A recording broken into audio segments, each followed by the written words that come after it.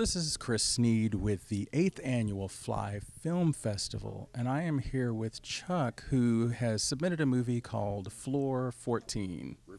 Reprieve, which I think I got those words mixed up yesterday when I was, yeah. So tell us about your movie. What genre is it, and what is the general synopsis? The synopsis is that 12 years ago, my wife contracted cancer. And for 40-some days, we lived in a cancer ward on floor 14. And she only had 3% chance of survival. And during that 40-some days, I started seeing all the other patients there and started writing about their experiences and how I perceive their experiences. So they're all true stories, and it's just try to bring awareness to cancer and finding a cure for cancer. What was, I mean, obviously, other than sort of dealing with the health concerns and issues that were there, what were some of the other difficult parts of putting something like this together? Doing it in a stylized manner to where it grabs people's attention instead of just being like a documentary, which documentaries are great, but it's true life stories that, I experienced. And so I wanted to put it in a way that opens the imagination up, but also creates a consciousness towards the need for not only curing cancer, but to have compassionate feelings for the caregivers, family, and the cancer patients, because it's very important for the healing process. And what was the unique spin that you did on your documentary, just for those who haven't seen it yet? Because it is something I haven't seen hardly ever. Well, it's stylized. It's very stylized. There's 12, 14 different actors delivering lines. And the concept was to use the audience imagination, because everybody's correct then if they're using their own imagination, and creating a scene that is self-explanatory, that if you didn't put words to it, that character would be in an environment that is readily available to everyone's imagination. Honestly, I've been in the film business for almost 40 years, and that's all I know. So when I initially made this, prior to this, I had never needed a reel or a business card or ask anyone for a job, because I just stayed busy as an art director all the time. And in making this particular film, I was like, I used all students and volunteer actors that haven't really made their success in film yet, so I wanted to pay forward, so we only had a budget of $1,100. We made this particular film, and so it's really an educational process. I started entering festivals so the talent and crew could be recognized, and when I entered this particular festival, I didn't know what I was doing, and so I entered, because it is a true story and it can be seen as a documentary. It is also a short story. So I listed and entered as a documentary. And honestly, I never looked back to see what I entered it until we were selected. And then I went back and was like, oh, Jesus, this is a documentary? Okay. And so it's been a learning process. But since that, internationally, we've won like 38 international awards now for it. And we just completed part 2. It's going to be a 3-part series. And we just completed part 2 that we'll be entering in this, not as a documentary. And and by the time it's all 3 of them done, it should be an inspiring film, And hopefully, it has already helped people. And that's the main goal, is to help someone, one person or anybody, There's a lot of people that obviously deal with very similar issues, family. It touches everyone. We were discussing it earlier. And even if you don't have a family member that's gone through cancer, even if you don't know the person that someone is relating to you, that another has contracted cancer, shoulders kind of drop, and everybody recognizes the pain and suffering of cancer. So, cancer is a big thing. If it wasn't such a big business, it had been cured. So that's what we're trying to bring on. That's what the second one's about. It's avarice. It's about the greed of cancer. Oh, wow.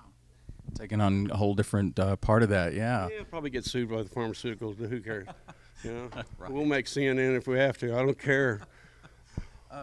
So, switching just a little bit, you said you've been in the business for 40 years. Yeah, and 39 this September. 39. Congrats. That's a great. thank you. Yeah.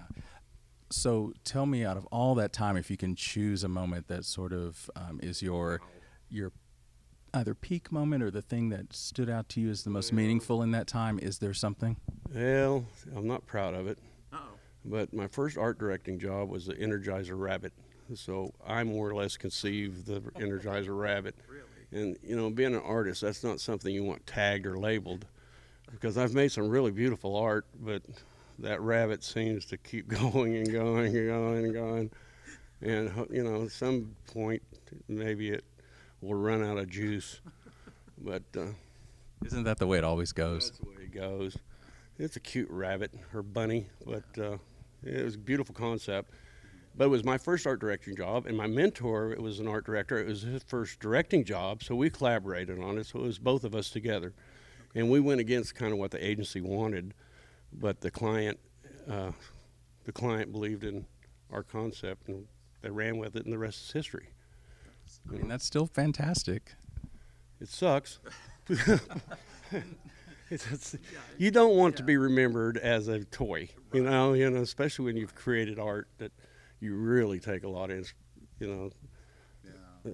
joy in making, and then a rabbit running around is, but it's cute. It's a great concept, great campaign, and it was a really good battery. I tried to prove that Energize wasn't as good as a battery as they claimed it to be, but actually it really is, and people argue that fact, but we tested them all, and they're really, in our robotic, on our first rabbit, it was all Energizer. It was all Energizer. Well, we will be looking to them for sponsorship next. No, I'm kidding. That's not gonna. I'm joking. That's not gonna happen. I never signed a release. So last question. Out of the things that weren't overshadowed by the pink rabbit, what is your favorite thing that you've worked on or completed?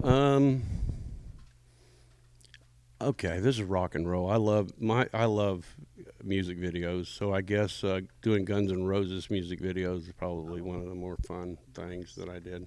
Yeah. Was that wild? Was it just, or? I'm not gonna go there. But yeah, it was unique, to say the least.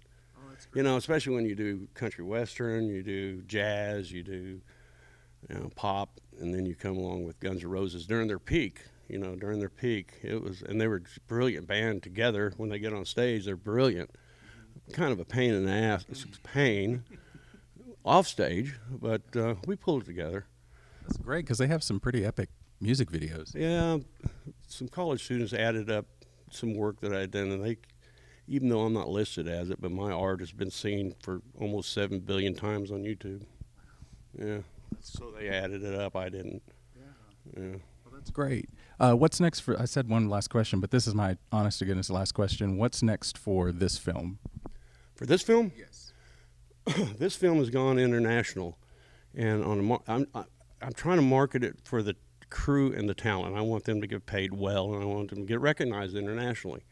For this particular film, now that I've learned more about festivals, I've gone in to see who are the directors, who are the sponsors to promote streaming, because I want to stream. So far we have like 12 countries that are interested in streaming and on 70 different channels. So, that's where we're going. Congratulations. I'm signing until the third one's done. Because, I don't want to make you cry, to make you mad, until I make you feel good at the end. So, it's a 3-part series. It's wonderful. Well, best of luck to you with the film and to your cast and crew. So, and enter this festival. It's great. It's a great festival. And it was created by a brilliant person. I can't remember exactly who that person was. I don't know him either. And I'm not kissing the rear or anything. But it's a great festival, and I strongly encourage everyone that's a filmmaker to enter this particular festival, especially if you're in Oklahoma. Enter it. Yeah. Well, thank you so much. We appreciate it.